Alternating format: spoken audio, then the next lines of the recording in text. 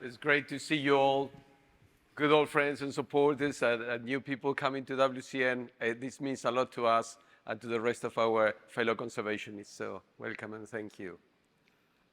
I hail from Argentina, and when I left Argentina following my African dream, little did I know that I was going to end up developing a long-term conservation program to protect the rarest and the most endangered canid in the world. Let's see how it happened.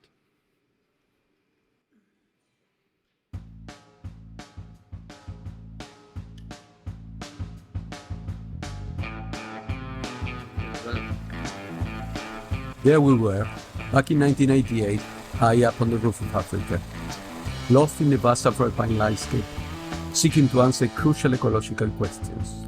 What it meant being an Ethiopian wolf, and why they were in trouble. Simple as it might sound, this took everything we had. There were no good maps, no roads, no lodges or fancy restaurants. It was old-fashioned fieldwork. Us, our horses, binoculars and a notepad, rain and freezing cold nights. Our findings were conclusive. Without intervention, rabies transmitted from the domestic cousins would ravage through the wolves and wipe them off the face of the planet.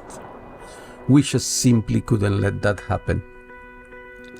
Eventually, we set up WCP, the Ethiopian Wolf Conservation Program, with a simple mission to prevent their extinction. Consistent monitoring at each of these vulnerable packs was crucial. We built up a specialist team, the Wolf Monitors, folk not only with an intrinsic knowledge of wolf ecology, but sharing my passion for their protection. While getting to know the wolves was an important first step, we needed to intervene to reverse their decline. We rolled up vaccination campaigns, logistically complex in difficult terrain and with political instability.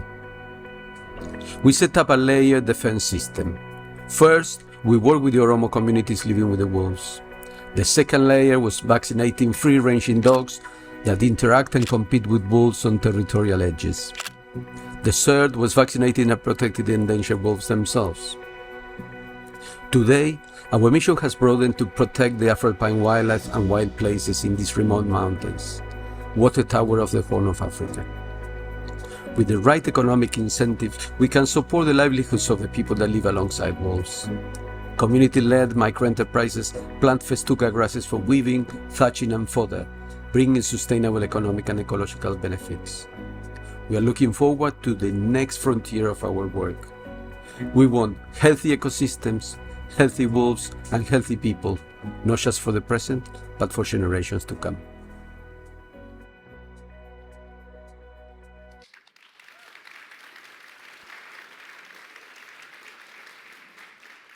It's been a long road, and along its way, we grow up a family, the EWCP team, and it wouldn't be possible to do all the work without them. Their achievements are your achievements. Thank you. With WCN and the dynamics that we are able to attain during these expos, we've been able to get the support we need to this, what we consider an important work. But today, with Jorgelina, we want to see if we can show you what conservation success looks like through the eyes of a wolf. Yes, we often fail to remember that this work we are doing together impacts many wolves and many families. The conservation is many things, but it boils down to helping individuals survive, to be resilient, to change and perpetuate this circle of life. So every Ethiopian wolf mattered to us. Every wolf mattered to the pack and to the survival of the species.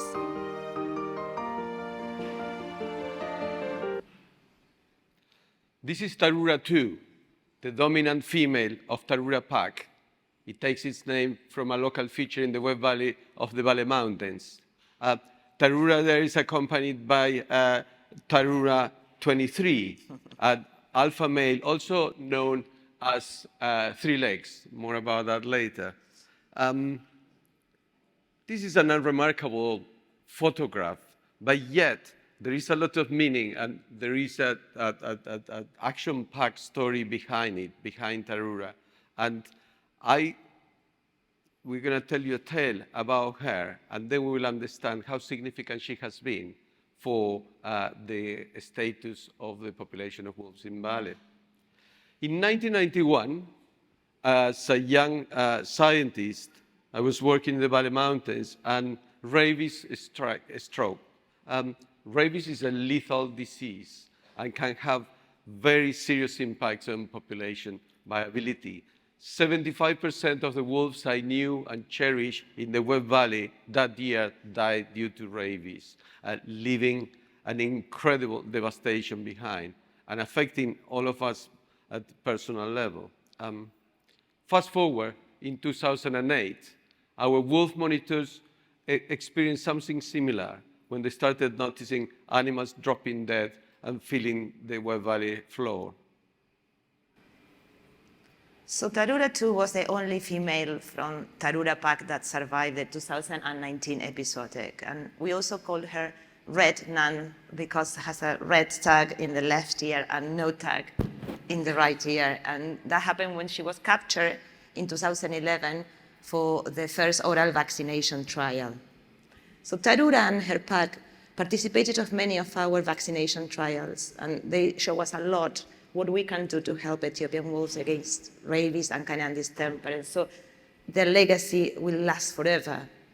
And this pack was vaccinated again in 2014 and 2017. And they reigned in the West Valley for many years. And Tarura 02 survived 4 more episodics, and she kept the dominant alpha position throughout her life. And she became a supermom, and she produced a total of 51 pups. You can count them. And when the family enlarged, also her progeny split up. And so more recently, 2 new packs emerged, Hangafo, Fatime, and his son is now the dominant male in another pack, Megiti. So together, these 3 packs also produce another 10 litters. So I think we can say that Tarura 2 has given the largest contribution to the survival of the Bale Mountain population, which is the Ethiopian wolf most critical population on Earth. Tyra 2 has been central for the growth and consolidation of this pack, including 3 legs next to her. He got involved in a fight with the neighboring pack, and he lost his hind leg. Our vet team was able to rescue him and nurse him back to health. And it's been quite remarkable that he still hops around, and although they're both kind of retired now, they do pretty well. Tarura is no longer breeding, so she kind of settled into graceful retirement. But a little while ago, we were surprised to find out that she was quite busy looking after grandchildren. And this is quite unusual that we have a mother and a daughter engaged in this process, because typically a dominant female, once she stops breeding, she either will die or disappear, and her place will be filled. So it is wonderful to see her with her dignified air and enjoying retirement, and just ensuring that this Tarura dynasty carries on into the future. Every wolf matters. With only 500 Ethiopian wolves living on Earth, distributed in 6 or 7 mountain enclaves in the highlands of Ethiopia, what I like to think of as the roof of Africa, every one of them matters. And we take that very seriously in the work we do. And this is reflected as well on the philosophy that our team upholds.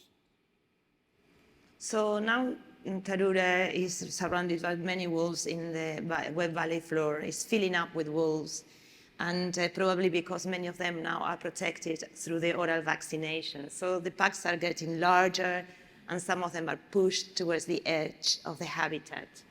So with nowhere else to go, Tarura 02 sons and daughters, they don't have many options. So we celebrate this milestone, but it brings a new challenge, is to find a new home for these wolves to have a space to breed and start their own lineage. So this is a new and beautiful challenge we have. And if you want to know more, come and we want to talk to you about this ambitious conservation translocations project. Like Tarura, I'm also getting older and I contemplated eventual retirement. So that is central to the sustainability of our program.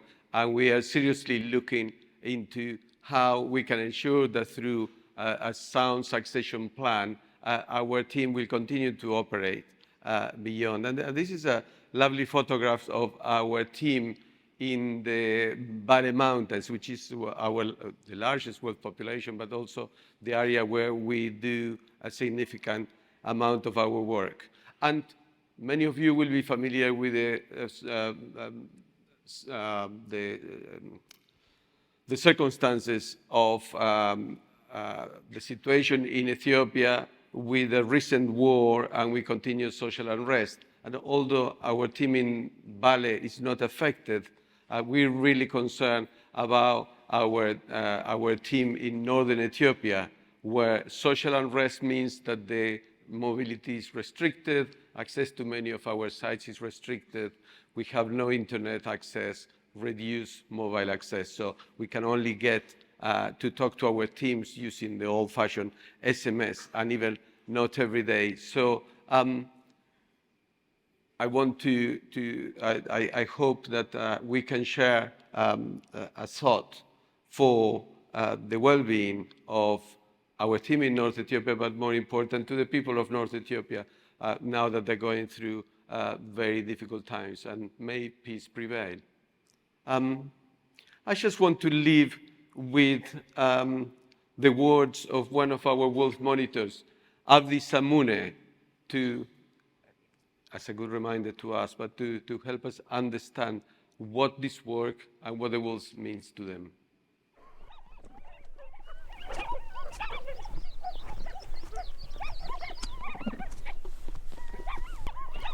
Yeah, now all the family, not all the family, half the families here, they are greeting and also sleeping, and also the greeting like hello, good morning, who says that. All the family. Yeah, 1, 2, 3, 4, 5, 1. Yeah, 9 adult and 7 puppies. And so also dominant female, the mom, she have tag, I know. Yeah, and also dominant male. Maybe they are ready for the patrolling.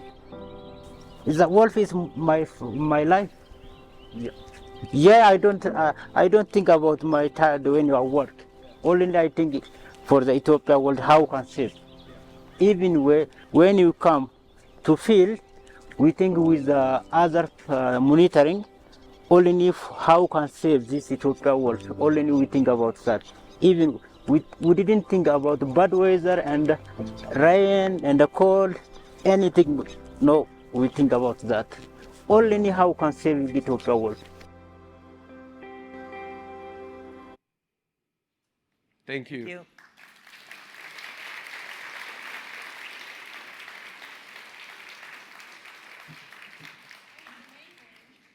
We have time for maybe 2 questions. And the first one, look, we've gone all tech. Have you put in your question?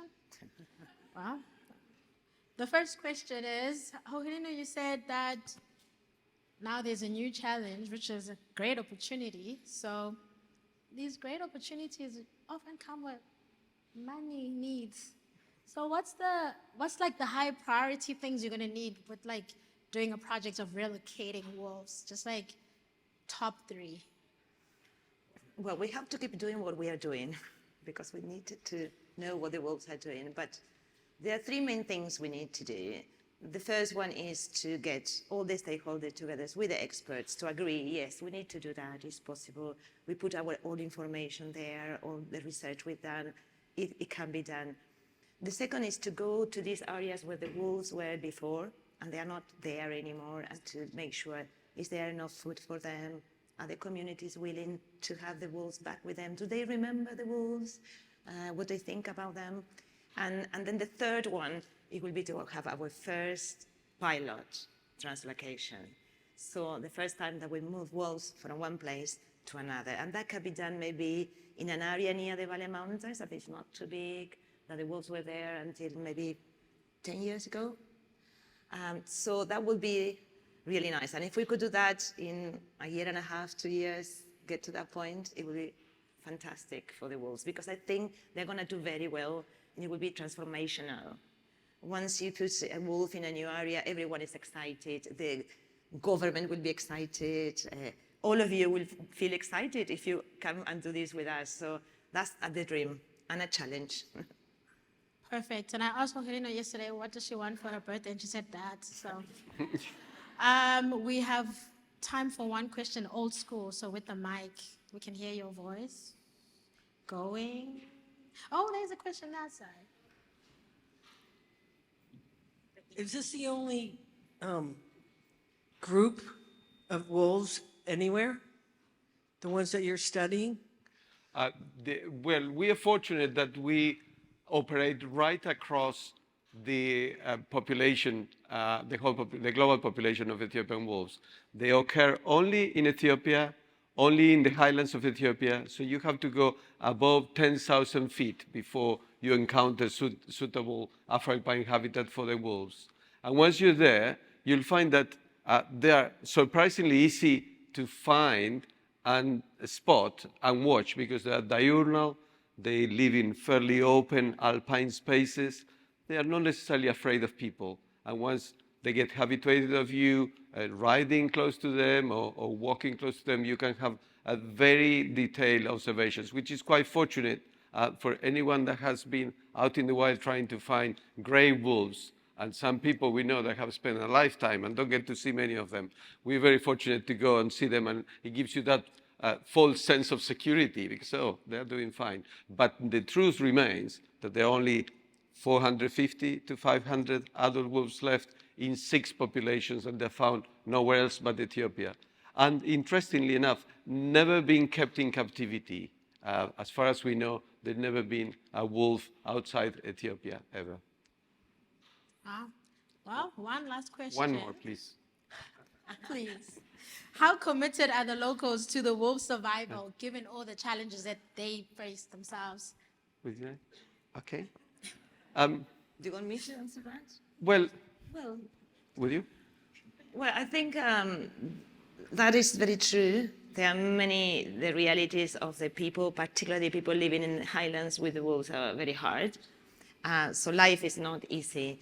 But there is a certain proudness on having this Ethiopian wolf. It's only there in Ethiopia, it's their wolf. And there are other animals and plants that are theirs, like the coffee comes from Ethiopia, that kind of proudness. So I think that's a very positive thing. And then the people that work for our program are directly benefiting. So they are really very proud, and they are, like we say, a family. So there are like 50 people and their families that benefit directly. But then when we do the domestic dog vaccinations and people see that the dogs are healthy, their livestock are healthy, there is also a whole positive reaction towards that particular intervention. So I think it's that mixture of loving their animals, and of course, when the benefit is direct, obviously, then it becomes super important.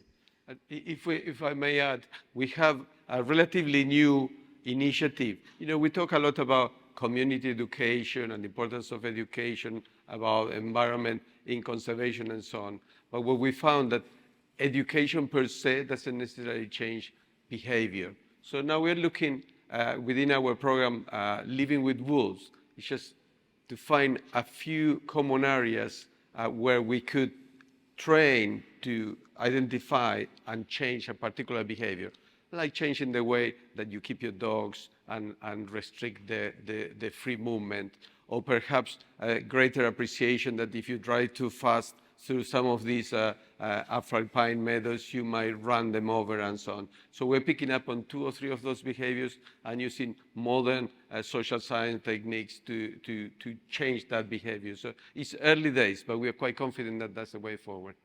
Perfect. Thank you so much. Thank you. Thank you, everyone. Thank you. Thank you.